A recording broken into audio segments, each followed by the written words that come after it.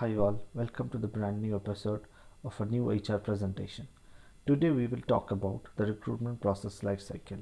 Yes, recruitment is a very basic function of any human resource department, but on the other hand is one of the most important function of an organization because if you do not recruit the right people on the right time, then definitely the organization will lose business, lose revenue.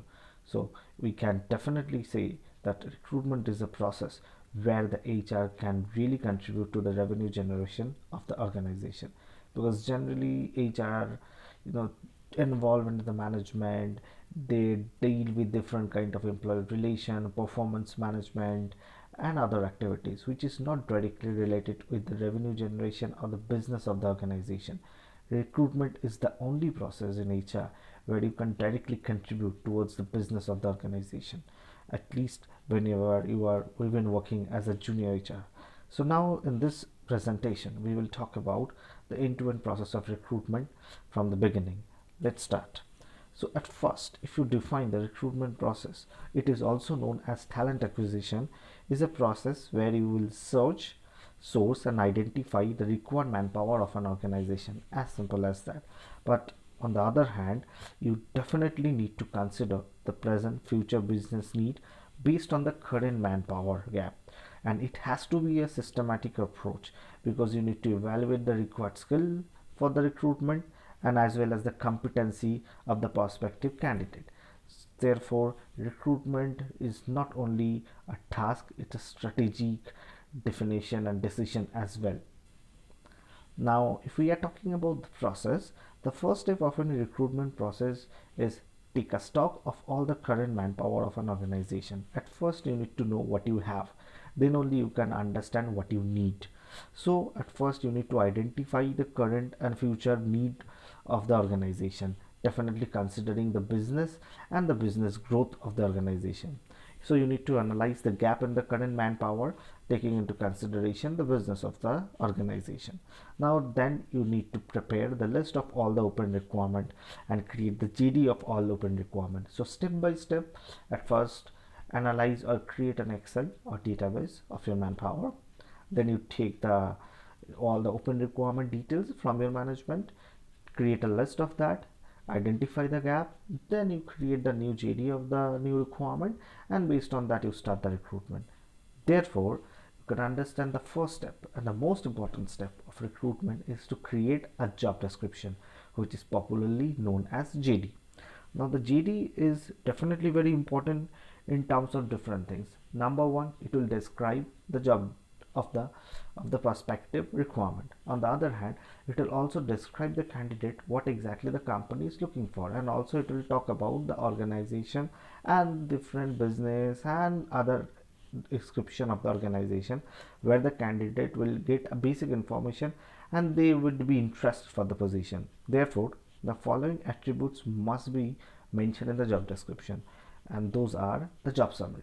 The job summary will tell you in brief about the job in 2 3 lines, because please understand in most of the cases the candidates, they do not read the elaborated job description. They are not there to read your 2 3 pages job description. I'm not saying that job description is not important, but the summary is very important. So without a proper summary, your a lucrative job or maybe a very interesting job can be ignored by a candidate. The next step is definitely experience. You need to know, you need to explain how many years of experience you require. It may be fresher, it can be 2 to 3 years, 5 years, 8 years, 10 years, whatever. It has to be mentioned. Then the location. Location is very important in order to, you know, tell that what exactly is the job location. Few of the candidates are looking for an on-site opportunity. Few of them are not ready to relocate. Some of them are ready to relocate. So you need to know, so what exactly is the location. The next step is definitely the skill, what you are looking for. Is it a technical skill, it is a functional skill or behavioral skill? All the skill set has to be mentioned, at least the 4 5 basic mandatory skills which is which is very important for that particular job. And definitely after that you will start by mentioning the detail of the key responsibility, what exactly you need to do on a day-to-day basis, what are the different responsibilities tasks to be assigned to you if you join the organization, and definitely the desired qualification, because different organization has different kind of criterias or required qualification for a job. There are certain basic qualification, like I would not hire if you are not a BTech. I will not hire if you do not have 60% throughout your career. I will not hire if you do not have a full-time MBA. Those kind of criteria can be there, but along with that, sometimes there are some other criteria, like say for example, I need certain certifications. It may be a Java certification, ethical hacking certification, which is required specifically for that job. So qualification is also a very important aspect of a job description. Now you need to mention a brief description of the organization, because people need to know for which organization you are hiring. And also another important aspect, that what are the different business, what are the different things that's happening in the organization. If you're joining an organization, what are the different things or facilities you will get. Nowadays people are looking for those information, so a proper description of the organization is very important, I would say, or essential to prepare a job description. The next step is definitely sourcing the candidates.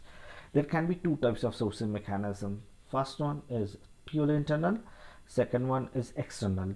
Internal sources is definitely reference. Nowadays that is the most, I would say, important and effective way to search a candidate, because whenever your internal resources are referring a candidate, you will get two benefits. One is definitely already a person can validate the experience or the quality of that referred candidate. And yes, 80% of the cases, according to the research, it has shown that joining possibility is always much higher than any external hiring. So obviously your first target is to fulfill the requirement by using your internal references.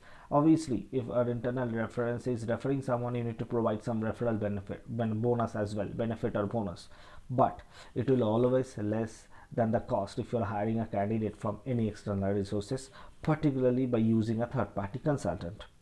Next one is definitely internal job promotion. What are the benefits?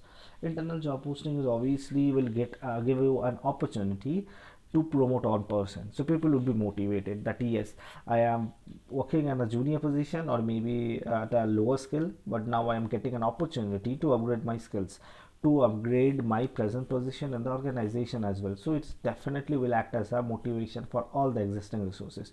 On the other hand, as a recruiter, definitely if you do an internal job posting for a niche skill and train one of your resource, it is always easier to hire someone at a lower grade, at a lower salary skill, and also with a generic skill set. So your recruitment task could be easier.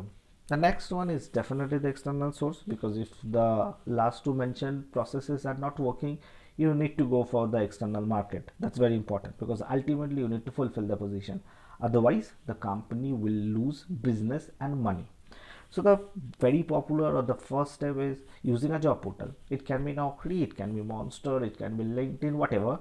But yes, you need to use the job portal by using your basic job description of related to your qualification, experience, skill set.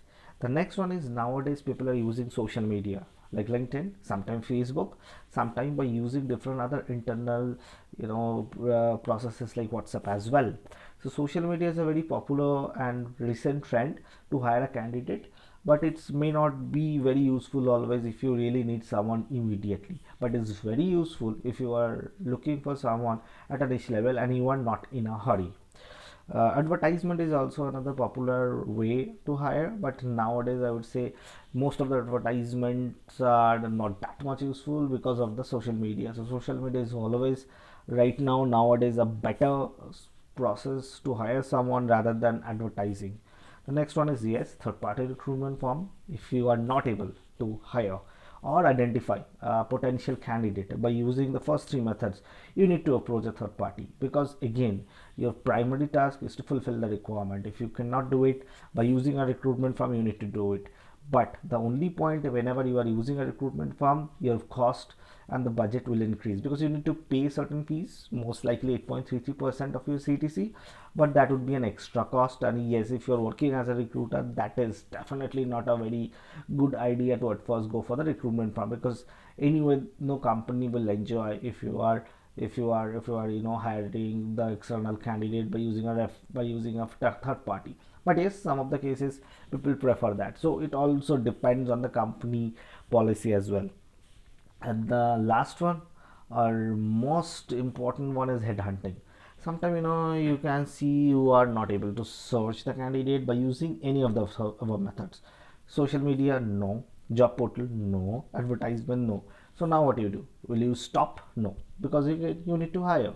So obviously in that case the headhunting is very important. Headhunting means you can ask the reference from any candidate who is saying no. You can look for passive candidates. You can organize different events, different kind of other methods are there, which is typically known as headhunting method. I will explain the proper headhunting method in a different presentation, because obviously headhunting is a very complex and different types of as typical things are associated with that. So you need to do it in a very systematic approach, so that can be defined or described in a different presentation. Now the first step, if you get the resume, is screening. Obviously, once the relevant resume is received, it must be screened, typically by the technical panel, sometimes by the recruiter if the technical panel is not available. So what will you check? Definitely you're going to use your job description. You need to verify the skill, you need to verify the experience bracket, you need to verify the projects, you need to verify the qualification, you need to verify if everything is matching in the resume or not. Yes, screening of a resume will not talk about entirely about the candidate. It has been observed sometime a low match resume is better than a highly matched resume, because the ultimate thing is the potential and the skill of the candidate in an interview.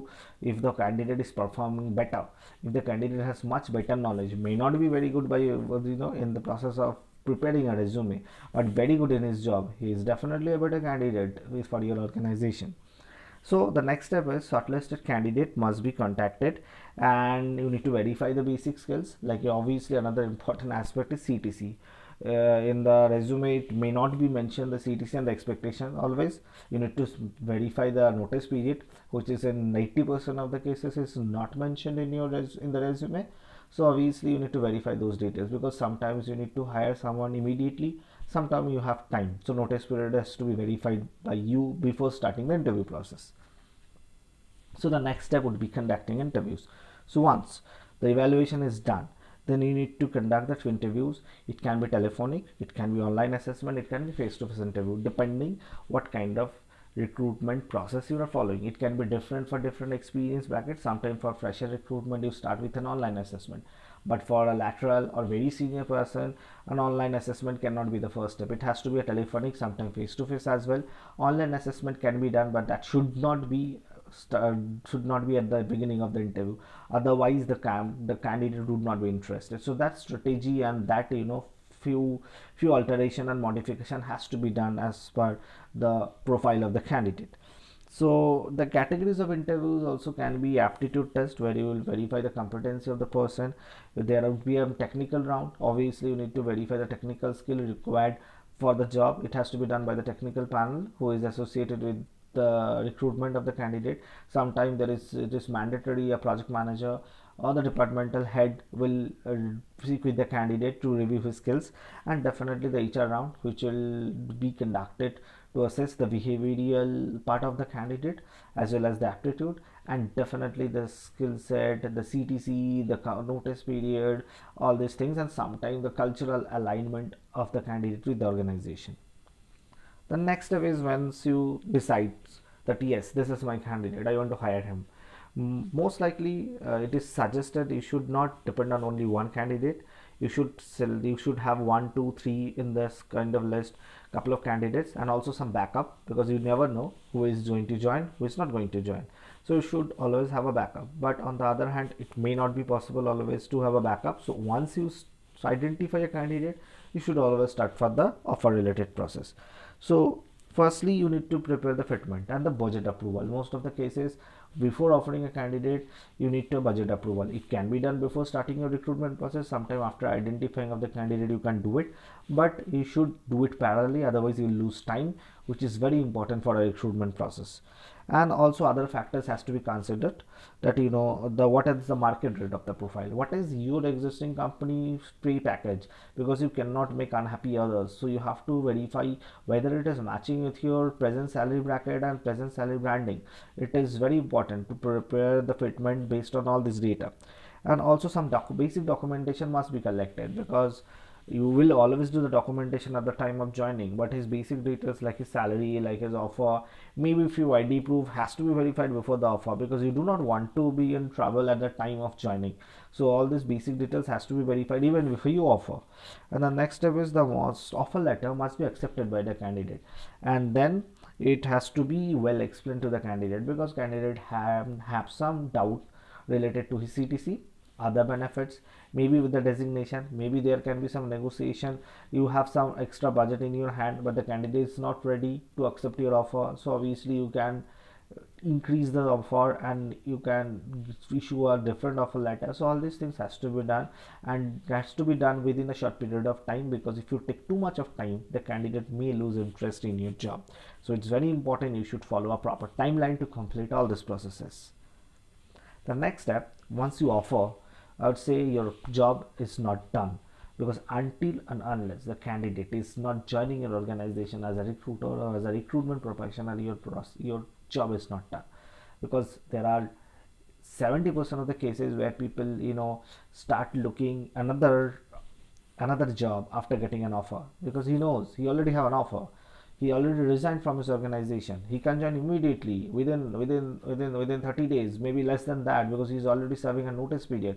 So you can definitely say he will always look for another job in 70% of the cases, not always, to get a better package. So whenever you issue an offer, at first you need to agree on the date of joining as per the notice period. Keep a regular track, or like speak with the candidate, send him a list of documents that is required at the date of joining, because on the date of joining, before 2-3 days, it should not come as a surprise to the candidate that what are the documents are required. Yes, sometimes it can be mentioned in the offer letter itself, sometimes you need to do it separately, but the follow-up is very important, because a follow-up discussion will do two things. One, they would be in touch with you, you will create a rapport, and then the secondary things, you will always can sense the pulse of the candidate, whether he is still interested to join my organization, whether he seems a little bit disengaged. You can understand from the response of the candidate how well is he reacting to your questions, how well he is responding to your calls. All these things will tell you that entire story. So it's very important to do a regular follow-up. Otherwise, at least if you cannot prevent the declining the offer, at least you can sense and update your internal team and start looking for a backup immediately once you sense the candidate is may not be going to join your organization. So that's all for the day, because there are many other things involved in recruitment. There are different aspects that you can talk about in terms of evaluating a candidate or manpower planning, gap analysis, but then we need to go for a much elaborate discussion. The primary objective of this presentation to talk about the end-to-end recruitment process life cycle and what are the different things you need to do.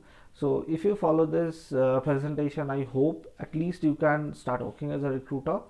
But yes, for any other question, you can always feel free to contact me. I would be glad to help you, and definitely within a very short period of time, now I promise, within a very short period of time, I'll come up with another presentation to describe another function of the HR department. So stay happy and happy recruiting. Thanks for listening to me. Bye bye.